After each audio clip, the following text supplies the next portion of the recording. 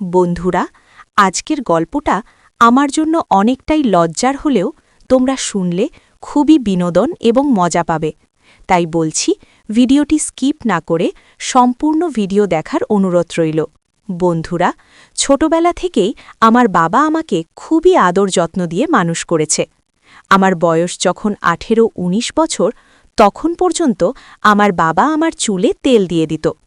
প্রায় সময়ই আমার মা অসুস্থ থাকত। আমার বাবার সাথে বিয়ে হওয়ার 1 বছর পরেই আমার মায়ের অ্যাজমা রোগ ধরা পড়ে।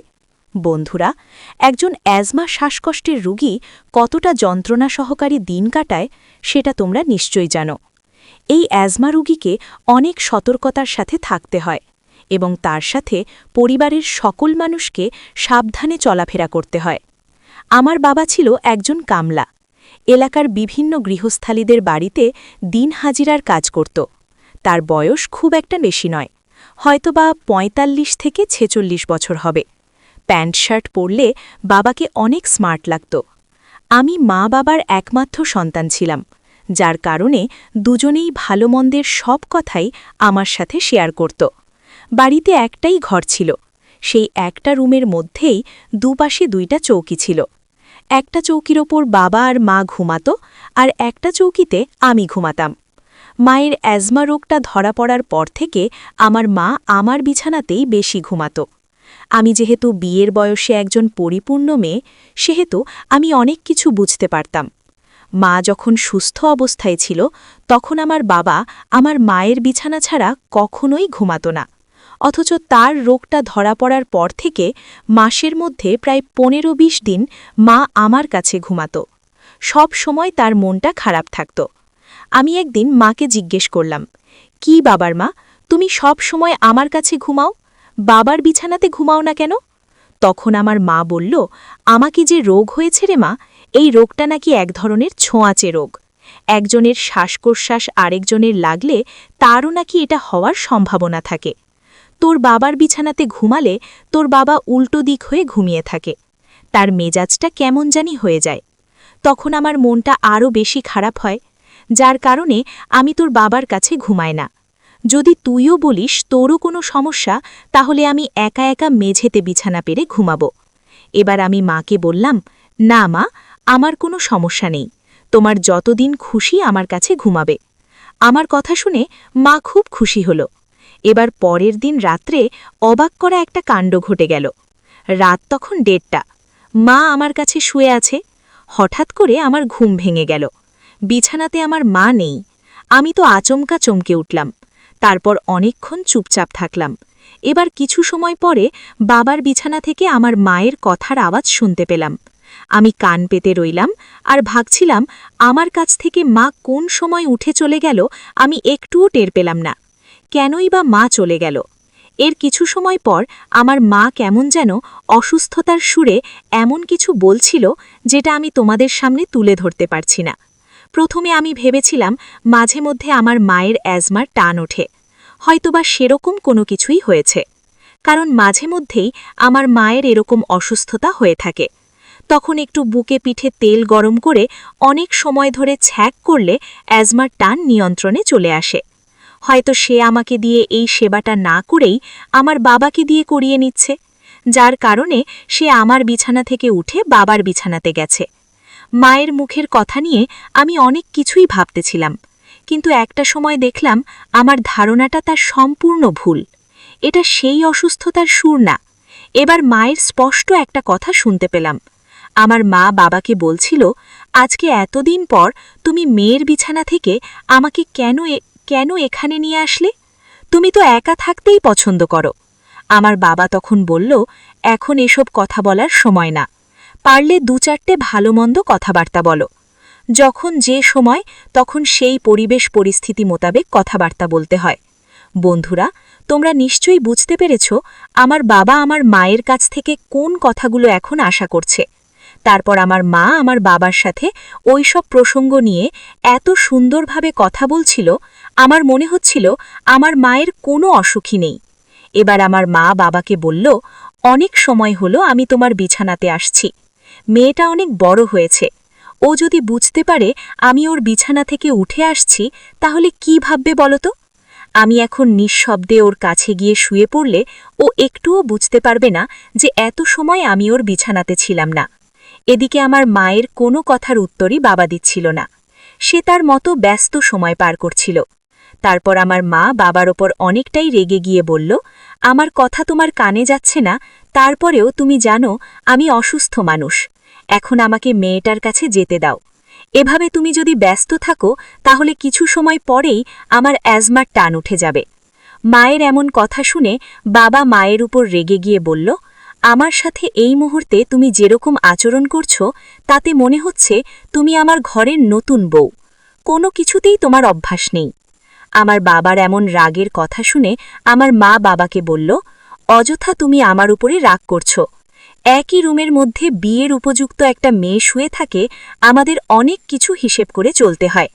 আমি শুধু তোমাকে সেই কথাটাই বোঝাতে চেয়েছি।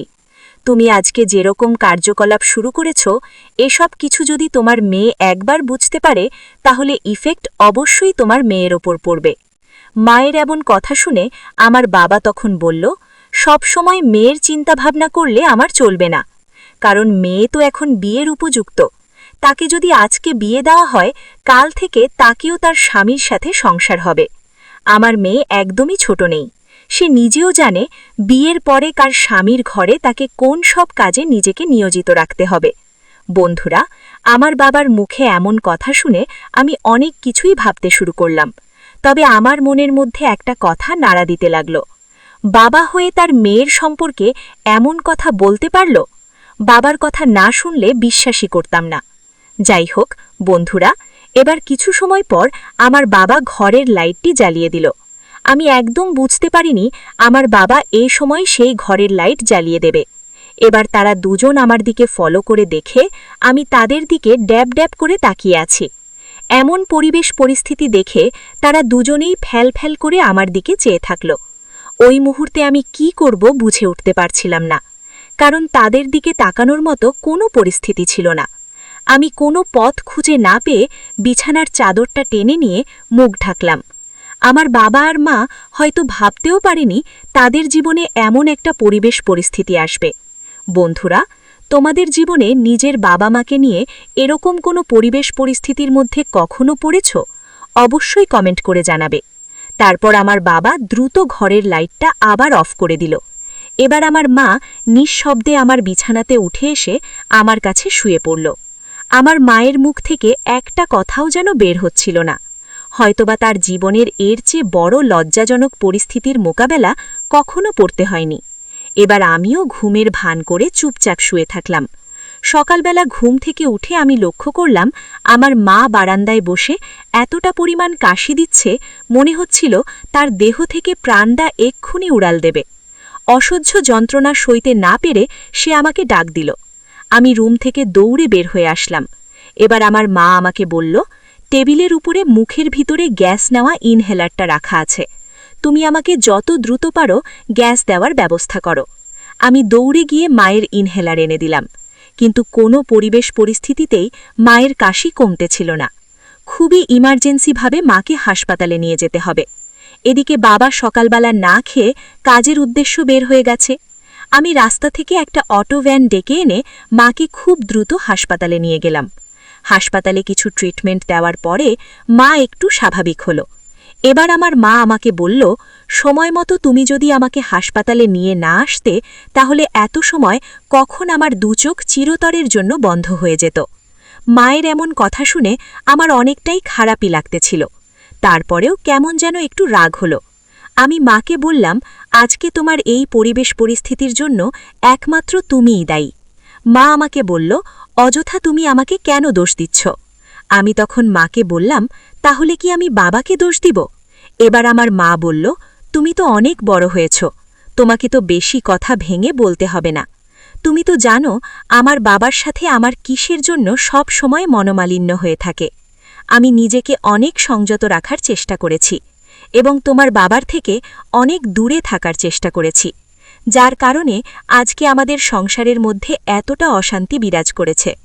গতকালকের রাতে যদি তোমার বাবার কথায় আমি সাড়া না দেই তাহলে তার সাথে আমার অনেক ঝগড়া বিবাদ হয়ে যেত। নিজের সংসার টেকানোর জন্য আমি তোমার বাবার কথা অমান্য করতে পারিনি। তাছাড়া একটা পুরুষ মানুষ বিয়ের পর কতদিনই বা ধৈর্য ধরে একা একা জীবন পার করতে পারে। আমার জন্য আমার বাবা অনেক স্যাক্রিফাইস করেছে, অযথা তাকে দোষ দিব কেন? একজন পুরুষ যদি নিজের ঘরের বউয়ের থেকে ঠিকঠাক মতো সবকিছু বুঝে না পায়, তাহলে এমনিতেই সে পুরুষ বাঁকা পথে পা বাড়ায়। এবার আমি আমার মাকে বললাম, তুমি কি বিশ্বাস করো আমার বাবা তোমার ওপরে ডিপেন্ডেন্ট হয়ে আছে? আমার মা তখন বলল, আমি সব কিছুই জানি, কিন্তু জেনে বুঝে লাভ কি? আমি নিজেই তো তার সাথে সংসার করার যোগ্য না। আমার মায়ের কথা শুনে আমি বুঝতে পারলাম সে আমার বাবাকে প্রচণ্ড ভালোবাসে। এবার আমি মাকে বললাম, তুমি যে বাবার নামে এত সাফাই করছো, আজকের পরিস্থিতির জন্য তো বাবাই দায়ী, তাই না? সকালে উঠে যদি তুমি ঠান্ডা পানি দিয়ে গোসল না করতে, তাহলে আজকে তোমার এই